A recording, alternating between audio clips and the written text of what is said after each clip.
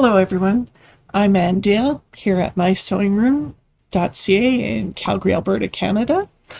I have for you today Kimberbell Digital Dealer Exclusive, launched 2024, month 10 or project 10. This one is the official cookie tester mug rug. It's adorable. There are two file sizes this month. I've already prepped the larger one for you, and today we'll work our way through the 5x7, which is the smaller of the two sizes. I have a bit of a supply list to share with you, things that I think you'll find helpful to have at the ready for this cute little mug rug. Now, stay tuned, join me at the cutting table and we'll get started. So this is the larger of the two mug rugs. This is from an 8x12 hoop, and it's lovely. I mean, have a big cup of cocoa and a big cookie or something on here. These are the colors I've chosen for both projects. You'll need an assortment of fabric and some thread. The thread, it calls for a cream, which I've used here in the writing. A light brown. This will match your cookie fabric. And in this instance, this is Kimberbell felt. And then we'll need a dark brown, which is cookie. It's a bit hard to see on the screen, but it's not too bad in person. But of course, feel free always to choose your own colors. Then I have dark blue, which is the quilting in this fabric. So I picked something that would blend away. Some just basic black and a nice red. Over here on the little ginger people is little hearts and little smiles. That's where the red comes in. Alrighty, so you'll need your assortment of fabric. As I said, I'm going to just repeat the colors that I have in the background here. There is a little bit of prep work. Nothing too serious, but most of it needs to be done at the iron, so I'll bring the iron in and we'll do some of that prep work. There's the front fabric here. Then there's two pieces that make the back. Then of course there's the white, an assortment of browns for the ginger people, and the felt, which I believe is called graham cracker. That's a Kimberbell color. However you like your cookies. Maybe you want molasses cookies and you want something a little deeper and darker. So that's the basics. And then we'll also need a piece of batting, lightweight embroidery project batting. There's several out there to choose from. Then, of course, I need my hoop, and I need a stabilizer. And the stabilizer for this project is a medium cutaway. I also believe that given how much stitching or not heavy stitching as it could be, you might be able to get away with a poly mesh, but I'm using a medium. I kind of like that body that it gives us here.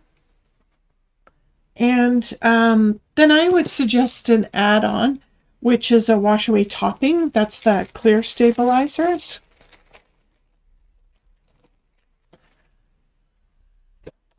Always a little bit of Kimberbell tape, Kimberbell scissor set, and my ever-present stiletto. And maybe at the end you might need a pair of lovely shears. I've got my 8-inch French European. They are amazing. They're gorgeous. Or you might want to use a ruler and a rotary cutter. So that about covers all of our supply lists for today. I'm using the Brother Luminaire XP3, and I love these Prewound Bobbins. They are excellent. And you may want a light color for yours. You might want a dark color. Whatever seems to work best for the colors you're stitching on or stitching the majority of. If it's a majority of dark fabric, I tend to use a dark bobbin. If it's a majority of light stitching on dark fabric, I might use a light bobbin. So it's just a call you make at the time. Alrighty, so give me a minute and I'll meet you at the iron for our prep work. Alright, here we are, all ready to get ironing. The two larger pieces that I need for the back of the mug mat, they form this little pocket finish, which is quite nice and tidy to do. So what we're going to do with those, we're going to fold them in half, give them a press.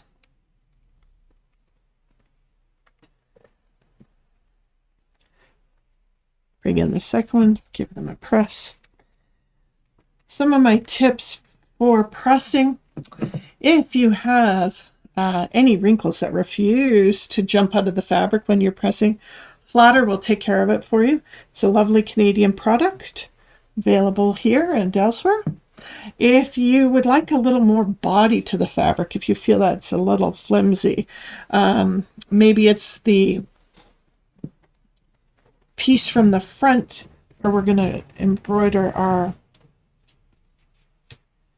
ginger people. A little bit of starch.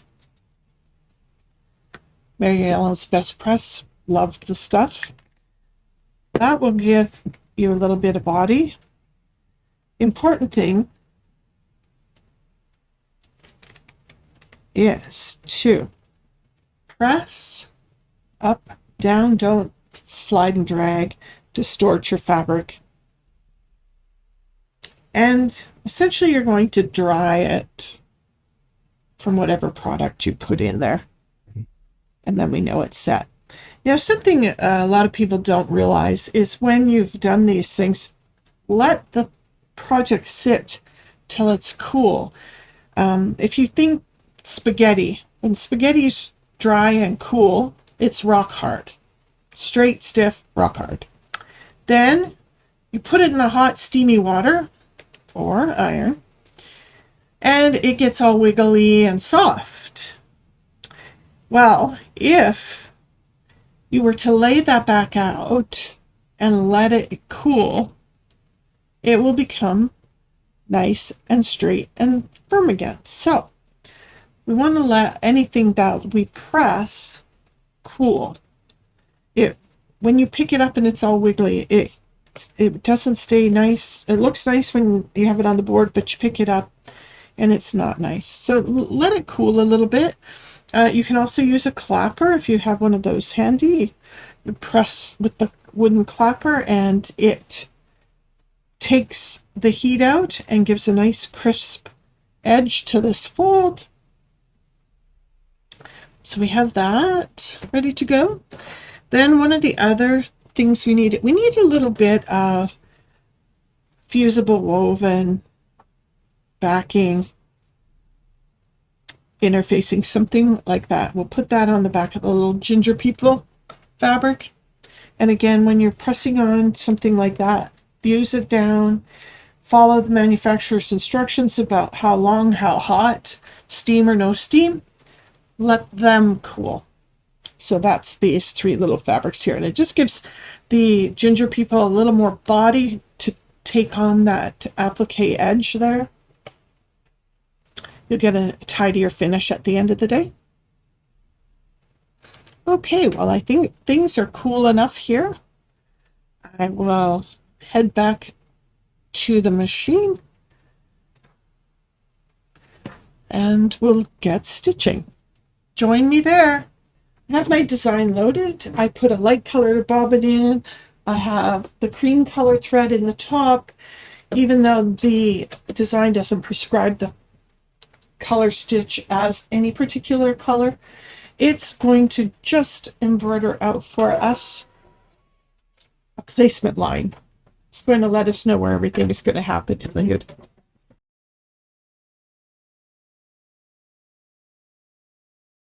Okay, so the first color was this placement line. I know it's difficult to see on camera, but it's just going to show us where we need to center our project batting. So we're just going to center that left, right, top, center. A little bit of tape to keep it from moving while we're stitching. A little bit here at the end. Maybe a little bit here at the top. On the sides if you feel it's necessary. Then color step number 2 stitches the mug rug pattern into there.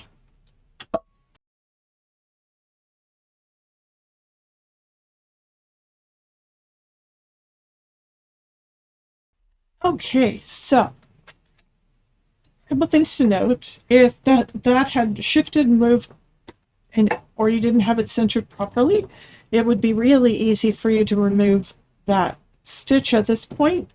I'm just going to remove the tape before I move forward.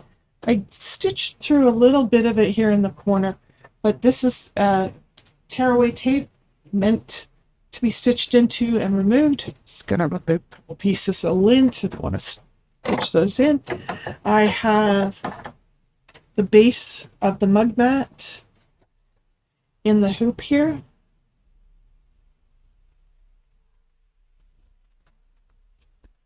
There's a line across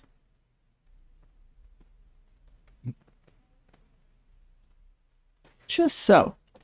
Now that line tells me where to put the first piece of fabric. And so we're going to place the light colored background fabric. It's a white. We're just going to center it over that rectangle. And again,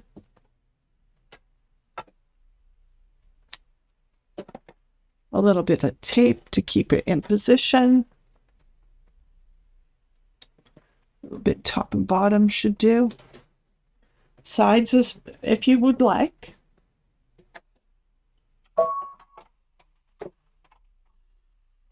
And color step 3 is a tack down line.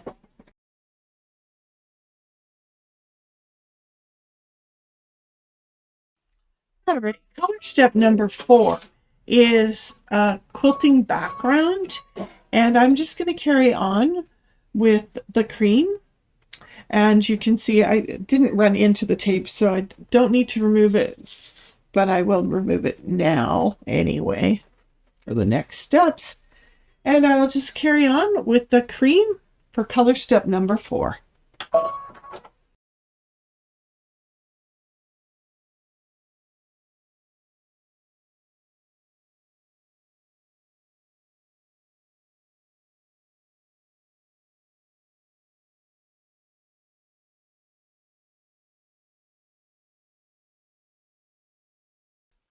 All right, so color step number 5 is the dark brown. So we're just going to switch that thread out.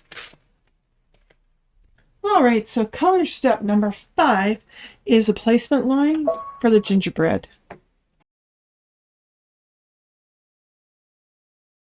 All right, so we have that nice placement line, a little easier to see perhaps on camera. And then one of our gingerbread colors, we'll just center that over the gingerbread min.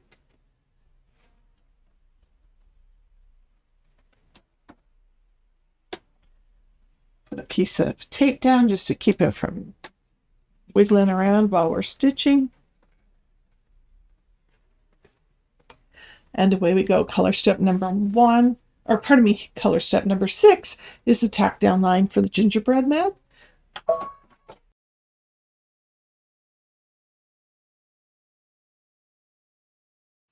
Alrighty, so I'm going to release the hoop from the machine.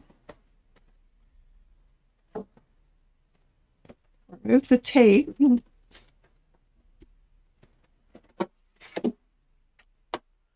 I'm going to grab my little applique scissors and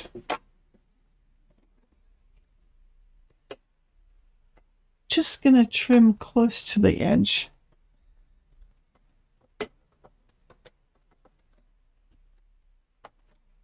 Being careful not to cut into that background.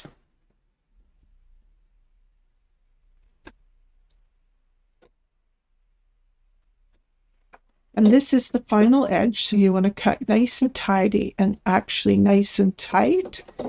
The stitch that's coming up is a decorative applique stitch, and that decorative applique stitch, if you don't have a good tight trim, it's going to leave hairy little bits all the way around.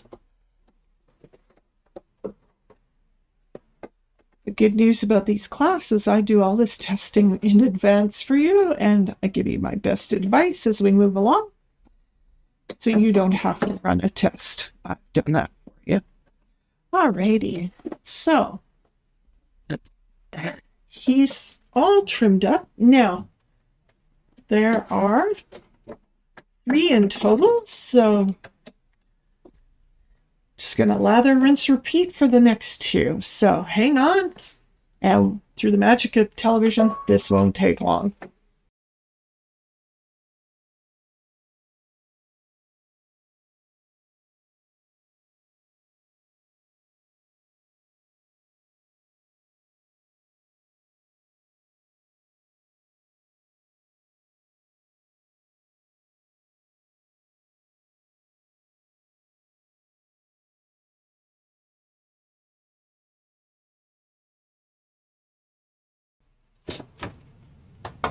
Our next color is the eyes. Some other details in black. Color step number 11.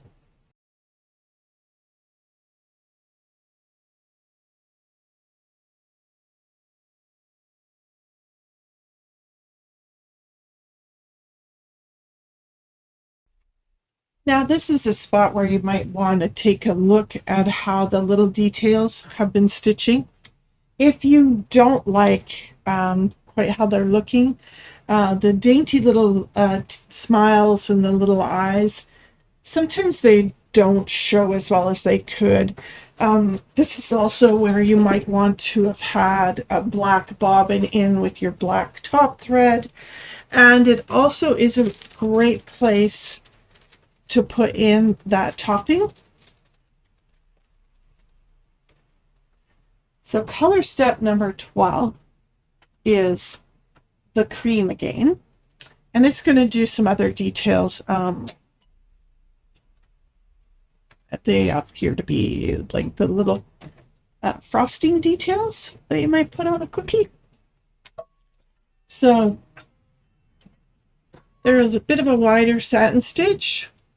If you feel that you'd like to see something just a little tidier here, you could, as I said, pop in some topping.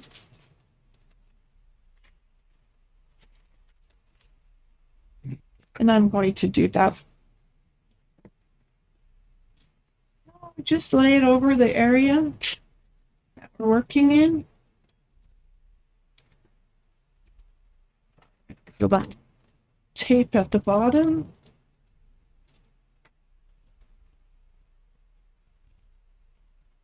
And that little piece maybe on the top.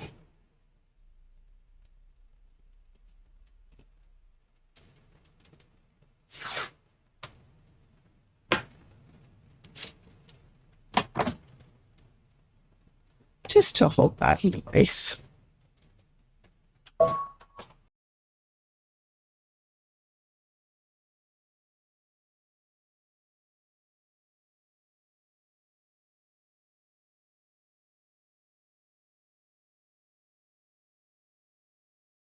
Okay, color step 13 is red. A little more more gingerbread men, ginger people details.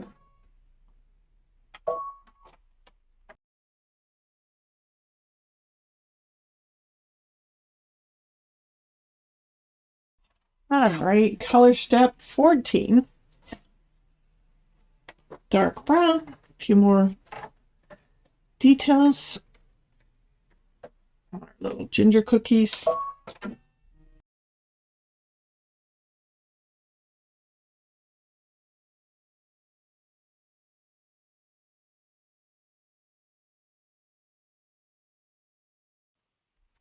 Alrighty, I know that this little piece of tape is going to be in the way down the road, so I'm going to just take that out of there. Now, color step number 15, 16, and 17 are all the dark brown, unless you choose something different. So I'm just going to power through those 3 colors.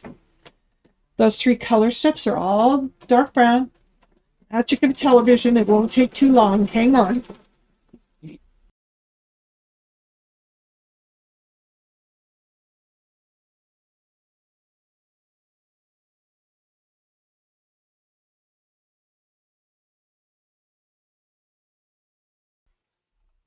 All right, color step number 18. I'm going to switch the thread to the navy. It's the next color that's up in the procession.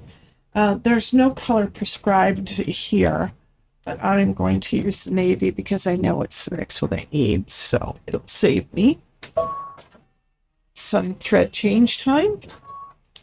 And I'm actually also going to just pick up the topping here and tear away from the bottom.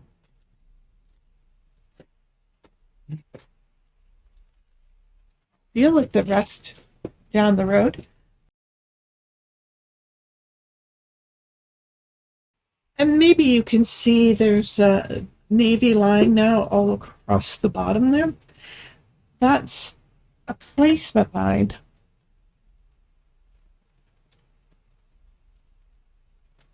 For the next piece. And what we're going to do is right sides down. We're going to center this piece on that line.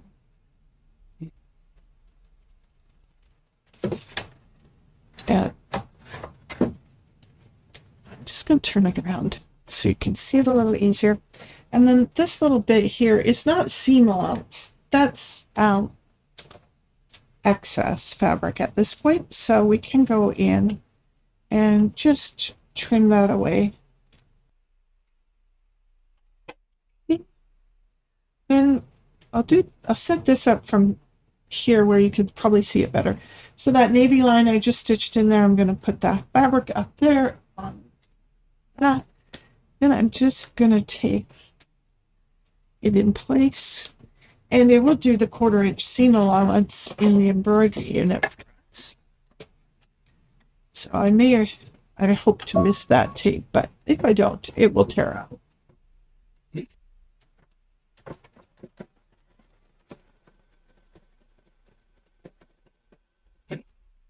So in that, technically, there's color step 19 we just did, which was the seam allowance. And I'm just going to release this from my hoop. Just going to turn it around for you. I'm going to remove this tape. It's no longer needed to hold that in place. Then I'm going to bring the mud mat down, and I'm just going to finger press here. And I'm going to use that tape I just took off to secure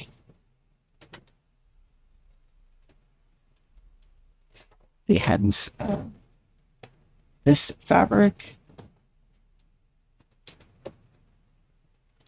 Only press firmly when you're on a hard surface, not in the air, certainly. You'll distort your hooping. 20 is going to be a tack down line, and then we'll do the background trim. Okay, so color step 20 was the placement line, and color step 21 is the background quilting, both in navy.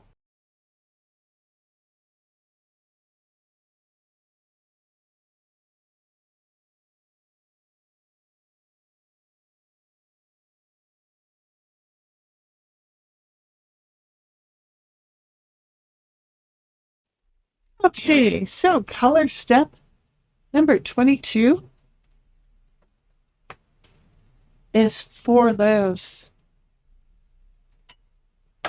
two cookies in the middle. Putting in brown that matched my felt.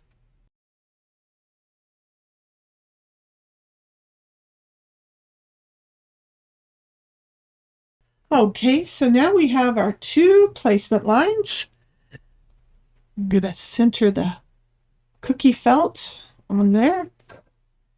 Again, a piece of tape just to keep it from jumping or shifting while we're stitching.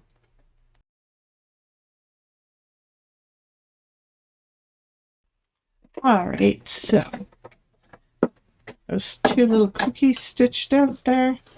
We'll remove the tape. It's done its job. Then we'll just get in here with a pair of scissors. I like to use the little scissors on little appliques. If you like the Kimberbell duckbill applique for this, by all means, whatever works for you, whatever fits your hand.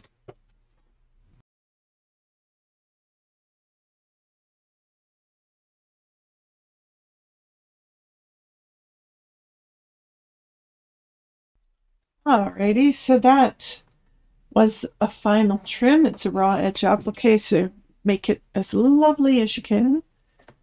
And then our color step number 24 is back to the dark brown. And so that's going to do some of the little details on the cookie. It's going to do some lettering. And this, I think, is where I'm going to slide back in another piece of topping, because I know we're going to get to some fine lettering again, kind of like the fine details that were in the gingerbread people. So I just want to make sure that you can see them cleanly and clearly.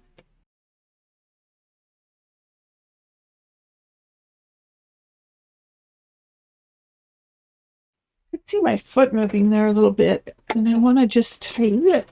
Never stick your fingers in the hoop while that's stitching. Bad idea. I'm just going to tighten that foot and carry on.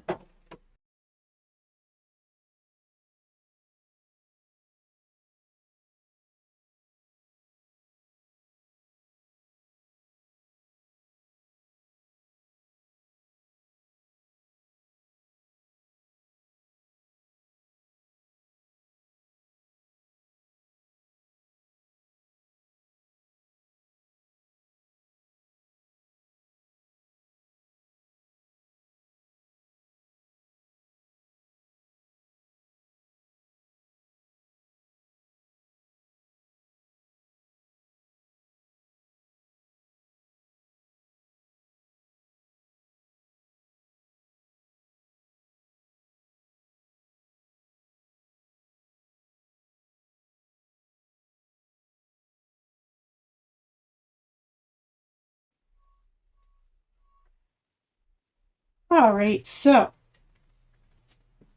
got our cookies details in there. This is color 25, which is again the cream. And this is where, if you had not put topping in yet, I would highly recommend that you have topping for these letters. They just look so much better, especially when they're sort of a skinny font like this one is.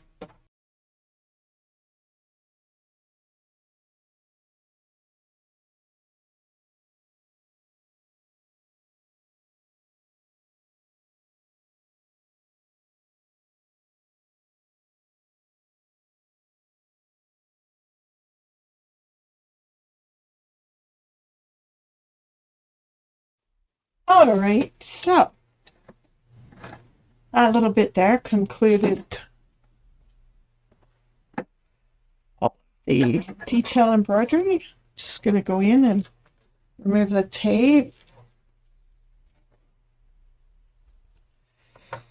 And I'm going to tear away the outside excess. Well, if you tear towards the stitching, it usually comes out quite cleanly. Our next step is to put the two pieces of back into the hoop. So the first half goes in on this end, fold facing down, raw ends to the outside of the hoop. Then the other with the fold to the middle, raw edge out, and I can actually nicely match the pattern here. Now what we want to do is protect the foot from catching in those edges, so just here around, put some tape down so the foot will travel freely over that opening. And put a little bit at each end to help hold that in place. It has about a 1-inch overlap in the middle. And so our final color step is 26. And I think I'm going to switch out to navy because the majority of the project is dark.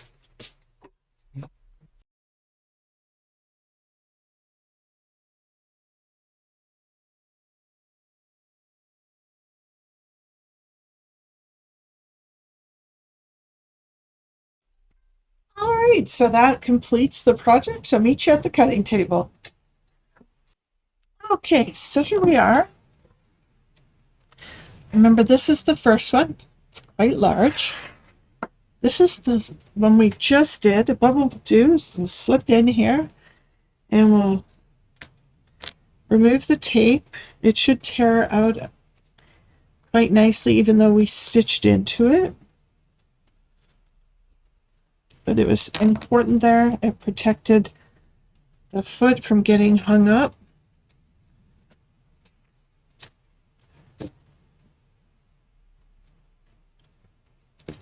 Okay. Just pop it out the hoop. Now, Kimberbell instructions have us trim this out. One side or the other will be a little easier for you to see.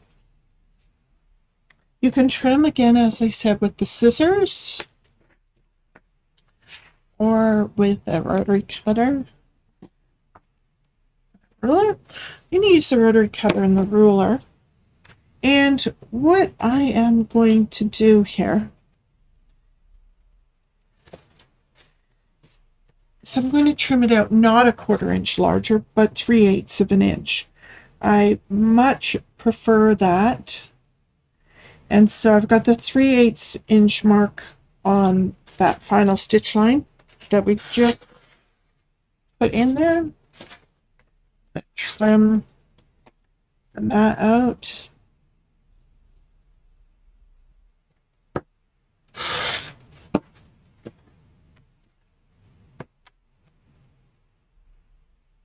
Three-eighths inch from that final stitch line.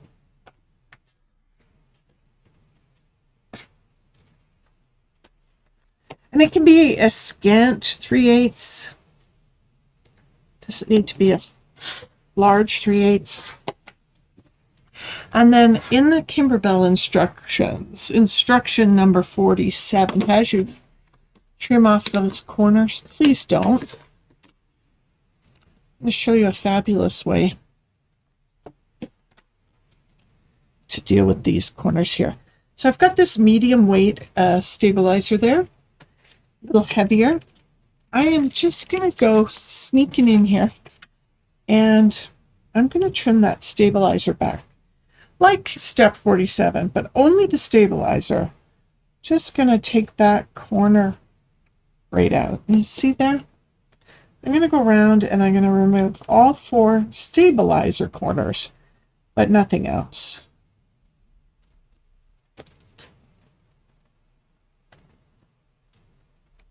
And that's going to remove enough bulk in the corners to make the corners turn even better.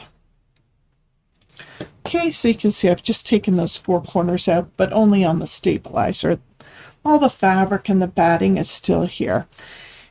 If you feel you need more, we could remove that batting corner, but I think we're pretty good there. So how are we going to turn this if we're not going to turn it the Kimberbell way? Well, I'm going to take my off thumb. I'm right-handed, so I'm going to take my left thumb. I'm going to slide that all the way into the back of the project. And so my thumb is in that corner there.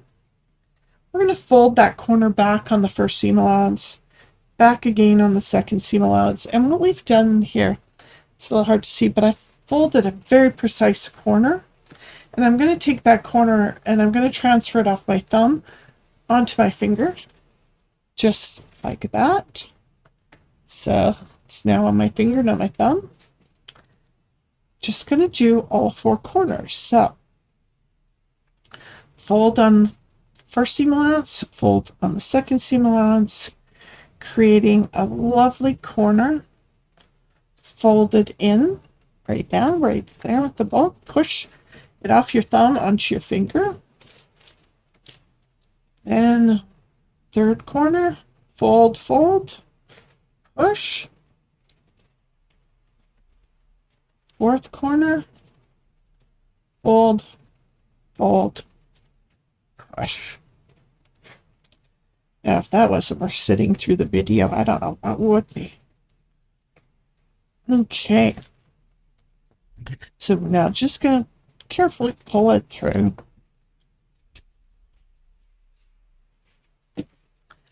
And what you hopefully can see is that it's actually pretty square without a lot of poking.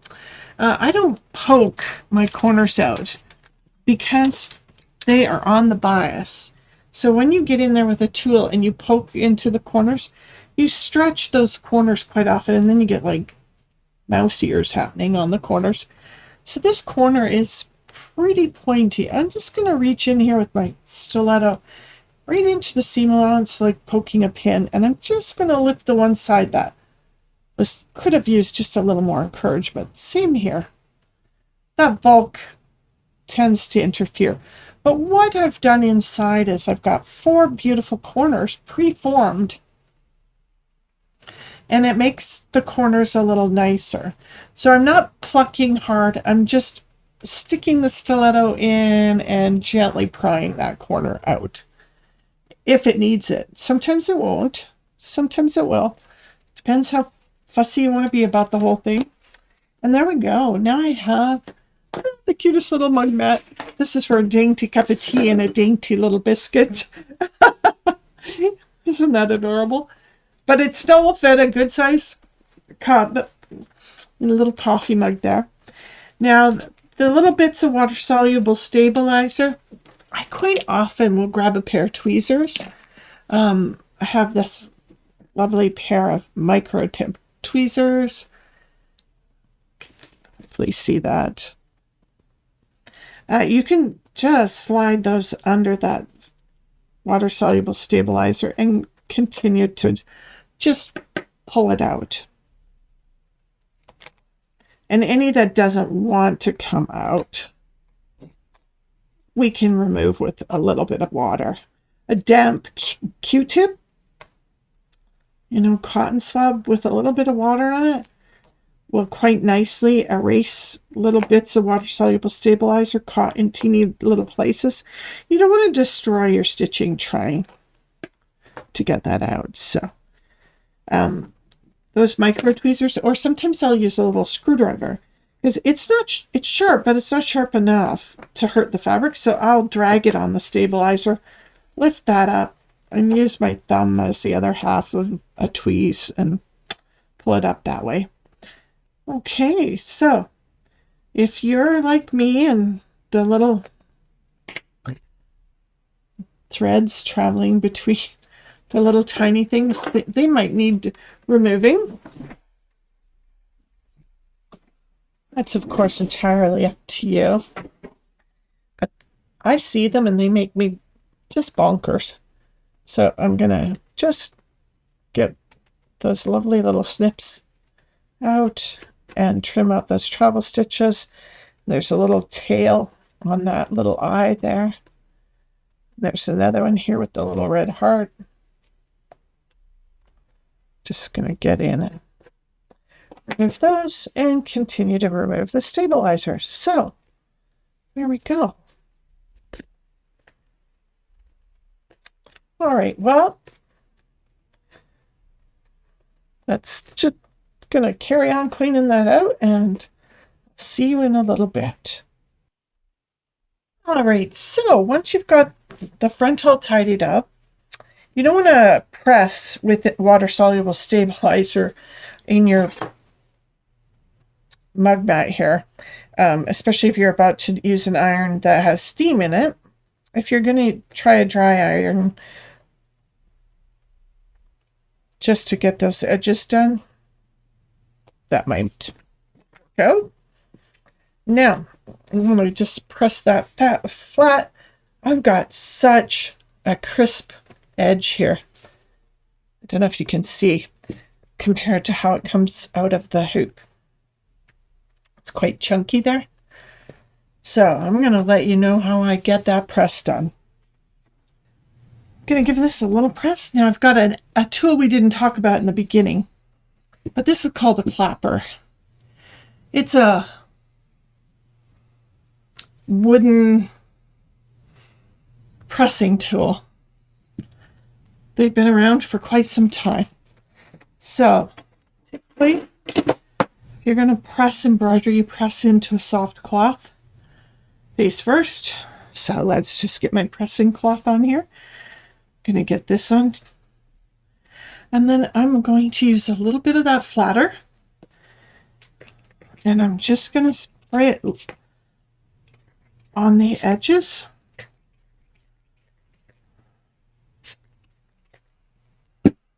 Grab my little iron, and I'm going to use my fingers to roll that edge to the back. And I'm going to just hold the iron there for a minute, which will dry the flatter.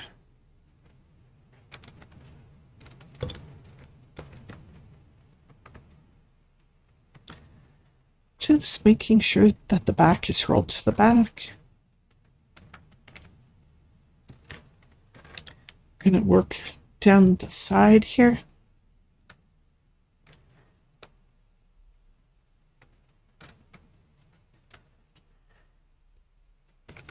Just encourage that back to the back. You can sew this closed if you want, or use a strip of fusible web and just iron it shut permanently, or just leave it. All right, so I've been around, got a pretty good press on it with just the iron. I'm just going to get this side all hot, and I'm going to take the clapper here. And in an old tailor shop, you would have bang, bang, bang all day. So it kind of sounded like clapping. But see how crisp that is now, how tiny that is? It's pressed flat. And so the clapper, with a little bit of flatter and a nice hot iron, and you're just going to hold the clapper in place. It's going to pull the heat out and set that press nice and tight.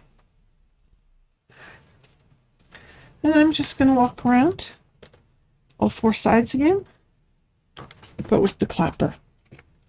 So the flatter's dry in there.